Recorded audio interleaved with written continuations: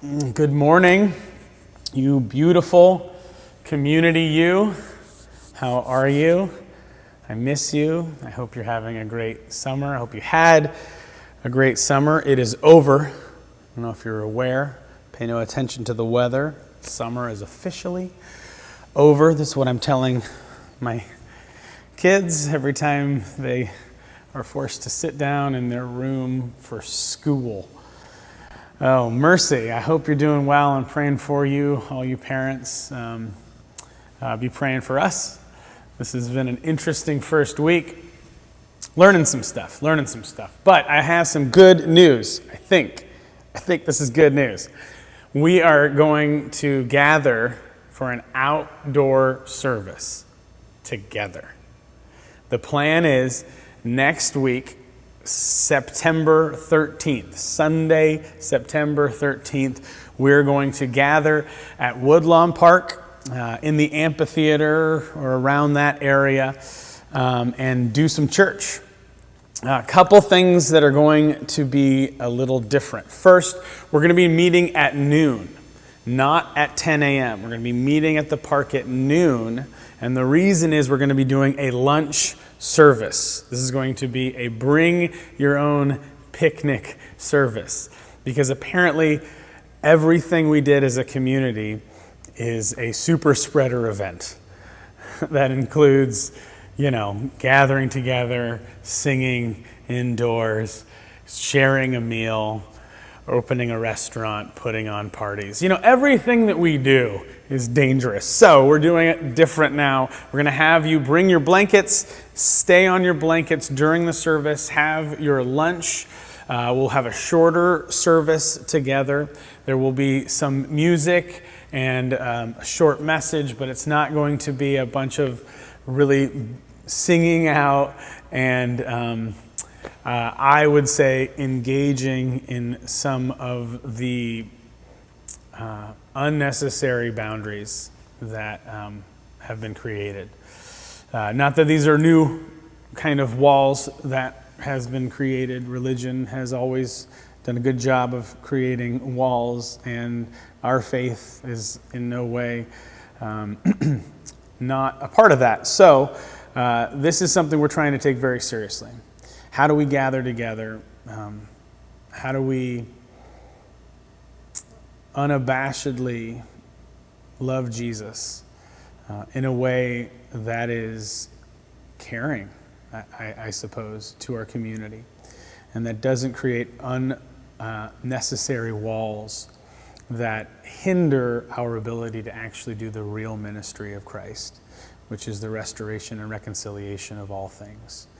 Giving hope to the hopeless, providing freedom for the chained, and restoring healing to the sick. This is what we're here to do. So we're going to gather together respectfully and caringly, have a meal, a sacred meal together. After and before the service, we're asking you to wear masks. Feel free to hang out after service all we want, but keep our masks on and do it to your safety level. But the ultimate goal next week is for us to be together. That's really the biggest goal. And we're going to see how that goes. So thank you for your patience as we've been trying to navigate this moment. It keeps shifting. Things, so many variables and factors keep coming up, not to mention simply our and your safety, which is our primary concern. Getting through this time. So thank you. We will be recording the service if you can't make it in person, so it will be available to you, okay?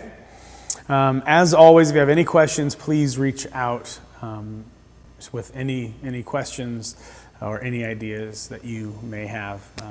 Love to hear them. Okay, this week I'm really excited. We're starting our new series. We're calling it In Context.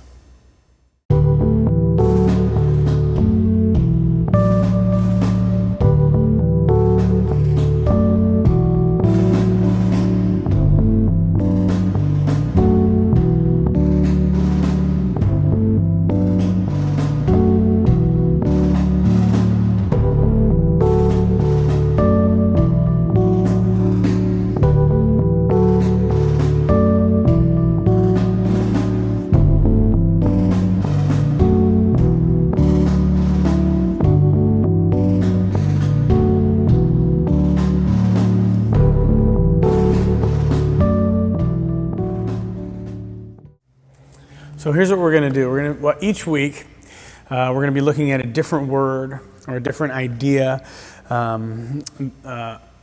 regarding our faith, and really just ask the question, what does it look like in context, in this context? Because so much has changed, hasn't it? So much. For many of us, the foundation has fallen out. Things are so completely unpredictable. There's been a few moments in my life where the bottom has kind of fallen out. You know what I mean? Like the things that I kind of built my life around, or the things that I was like, this is how I understand the world. It looks like this. And I kind of looked at it from all sides. And I felt like I figured it out. And then all of a sudden something happened. And boom, I don't know what's going on. It doesn't make sense anymore. Do you know that feeling? Have you had that feeling? Sometimes it's a good thing, right? Everything changes and it's good, like marriage, right? Sometimes it's a bad thing, like marriage. Just kidding. But there are those moments when things just completely change and our context completely shifts, and we have to deal with it. We have to start understanding things in a new frame. And this has happened not just in my life, but it's happened in my faith at many different points where the thing that I built my faith around was revealed to me to be an idol, that it was not necessarily the truth of Christ. And those moments can just shake you to the core. They have shaken me to the core many times. I remember when I went to Africa for a missions trip that I did, and I was confronted with a completely different, what I thought was faith, to be honest. That's what happens, right? When you're confronted with this. I thought I understood my faith, and what I did understand was the culture of my faith. And when I went to another culture and saw them interacting with my faith, with our faith, but in a completely different frame, a completely different way of understanding it, of thinking about it, of talking about it, of approaching it, but yet it was still real, vibrant, alive, and beautiful, I had like a mental breakdown for a moment. Everything that I understood was like, oh my, it was wrong to some degree.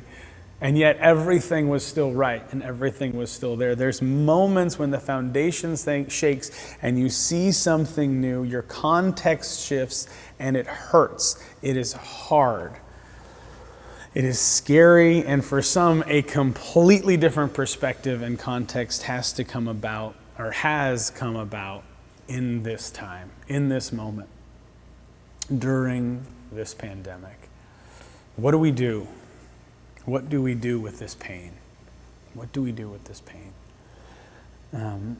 All healthy religions show you what to do with your pain, with the absurd, the tragic, the nonsensical, the unjust, the undeserved things. How much more do we need to see in 2020? All of this eventually comes into every lifetime, and we've seen it, I feel like, in a 6-month period.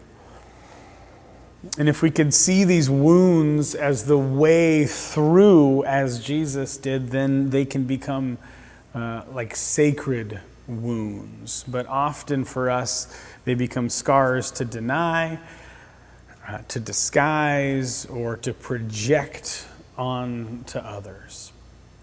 I'm watching the Netflix series right now, Cobra Kai. Have you guys seen Cobra Kai? It's basically Karate Kid, but now it's like not a sequel because they did many of those, but it's Daniel LaRusso from New Jersey. You know, he moves to Reseda, and those clowns at the Cobra Kai dojo sure give him a hard time. Johnny Lawrence, the bad guy, right? He's at it again, and in this story, Johnny Lawrence is like the protagonist, and they tell his backstory And it's like the story of probably every bully.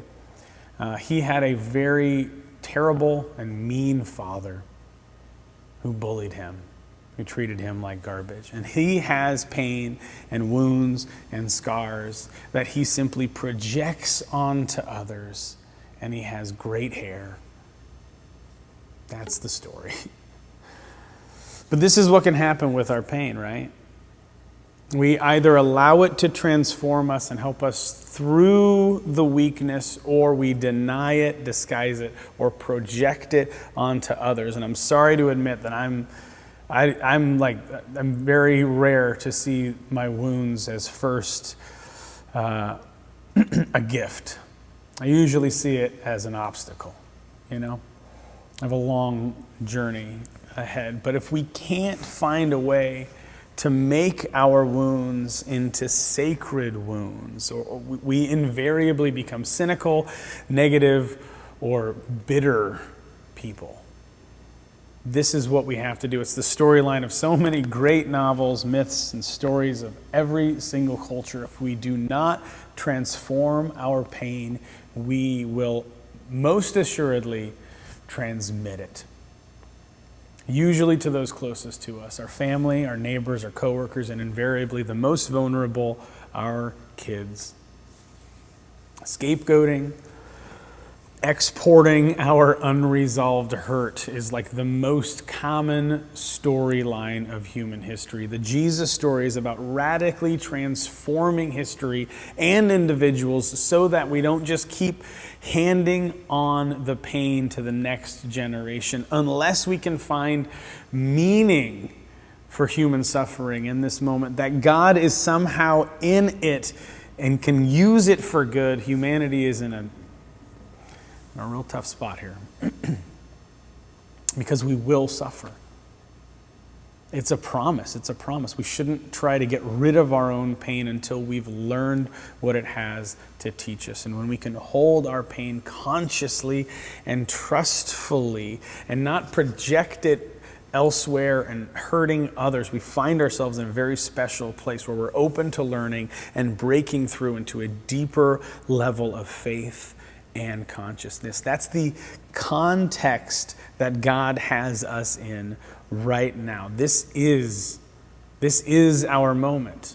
We find ourselves in this special place. Please trust me on this. We must all carry the cross of our own reality until God transforms us through it. And unfortunately, our natural instinct is to try and fix the pain, right? We try to fix it as quick as we can. We try to control or even foolishly to understand it.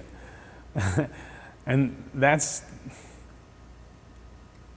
sometimes even harder. With that, I'm going to pass it over to Bob, who has a song that he'd like to share with us. I think this song's always been moving to me because it touches on this idea of youth and maybe even the romanticized idea that we have of youth when things were simpler. And I mean, yeah, sure, I think the reality was we didn't have bills, we didn't have, our own kids, we didn't have all the stuff that comes with getting older. But I think there's also a part of this song that's kind of like, man, life's not getting easier, things change, politically, age, for ourselves, for our kids, just kind of like things change. And we need to learn how to be resilient in the face of that. There's part that still cries out like, dude, I wish I could be young when things were easier. Yet, I think the ability to grow in our own resilience and be able to navigate this stuff without being overwhelmed is also important. But in the meantime, there's this song, and it'll make you feel good. Let's dance in style, let's dance for a while. Heaven can wait, we're only watching the skies. Hoping for the best, but expecting the worst. Are you gonna drop the bomb or not? Let us die young or let us live forever. We don't have power, but we'll never say never. Sitting in a sandpit, life is a short trip. Music's for the sad man. Can you imagine when this race is won? turn our golden faces into the sun. Praising our leaders, we're getting in tune. The music's played by the madman, forever young. I wanna be forever young.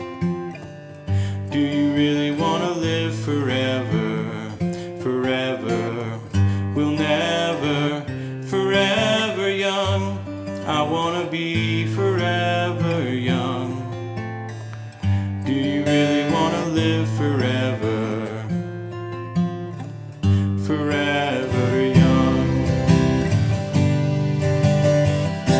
Some are like water, some are like the heat. Some are a melody and some are the beat. Sooner or later they'll all be gone. Why don't they stay young? It's hard to get old without a cause. I don't want to perish like a fading horse. Youth's like diamonds in the sun, and diamonds are forever. So many adventures couldn't happen today. So many songs we forgot to play. So many dreams swinging out of the blue. Let them come true. Forever young, I wanna be forever young. Do you really wanna live forever, forever? We'll never, forever young. I wanna be forever young. Do you really wanna live forever, forever, or never, forever young? I wanna be forever young. Do you really wanna live forever?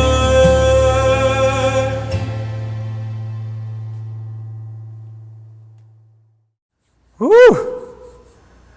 Man, this is it. This is a moment. This is a moment of change. A moment of change for us, for all of us, isn't it? This word change, it normally refers to new beginnings, right? But the real transformation more often happens not when something new begins, but when something old falls apart. The pain of something old falling apart, chaos, it invites our soul to listen at a deeper level. And sometimes it forces us to go into a new place. And most of us would never go to new places in any other way. The mystics use many words to describe this kind of new place or this chaos that requires to go through. Fire, dark night, death, emptiness, abandonment, trial, the evil one, whatever it is, it does not feel good. And it doesn't feel like God. How many of you could say this doesn't feel like God right now? We will normally do anything to keep the old thing from falling apart, and yet this is when we need patience, we need guidance, and we need the freedom to let go instead of tightening our controls and certitudes. And while change can force a transformation, spiritual transformation always includes a disconcerting reorientation. Like what happened to me when I would travel. It takes this really disconcerting reorientation, and it can either help people to find new meaning, or it can force people to close down and slowly turn bitter. And the difference is determined really by the quality of our internal life, by our inner life, our inner practices, and our spirituality. Change happens, but transformation is always a process of letting go, living in the confusing, shadowy space for a while. Eventually, we're spit up on that new, unexpected shore. But listen to me. In moments of insecurity and crisis, shoulds and oughts don't really help. They just increase the shame and the guilt and the pressure and the likelihood of backsliding into unhealthy patterns. And it's really the deep yeses that carry us through to the other side. It's the deeper something that we are strongly for not what we're against, what we're for, such as equality and dignity for all that allows us to wait it out. It's Jesus in whom we absolutely believe and to whom we commit. In plain language, love wins out over guilt every time, any day, anywhere. So this isn't a series or a moment where I'm saying, pray harder, be better, think about your pain differently. That's not what we're talking about. But what we need to do is take a moment to take stock, to reflect and ask ourselves hard questions. In this context, how am I doing? How's my faith doing? What's going on in me? Our ego insists on understanding, to take control, and that's why Jesus praises one quality over even love, and he calls that faith. It's the ability to stand in that liminal space, right? To stand like on the threshold, to hold the contraries until we're moved by grace to a much deeper level and a much larger frame where our private pain isn't center stage, but a mystery shared with every act of bloodshed, every tear wept since the beginning of time. Our pain is not just our own. We got to look around and remember and see where we are. In this context, we stand and we kneel and march and sing and cry out with all those who are hurting right now, all those who are lost in that dark place. And we declare that, God, you are with us, all of us. You are not done yet. You are never done with us. And it's in this context that once again we open ourselves up to Jesus and invite him to change us, to mold us, to help us, and use us in the reconciliation and restoration of all things.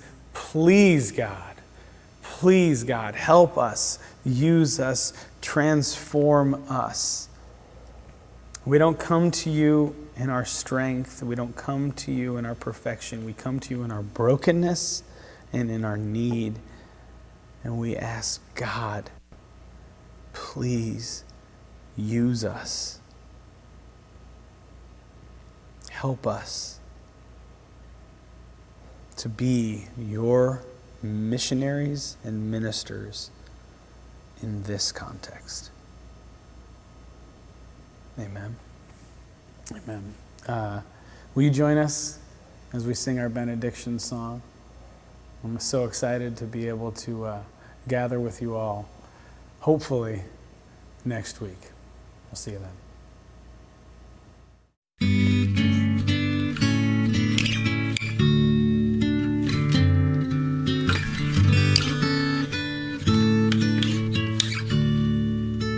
May the Lord bless you and keep you. May the Lord make his face shine upon you and be gracious to you. May the Lord lift up his countenance upon you and give you his peace.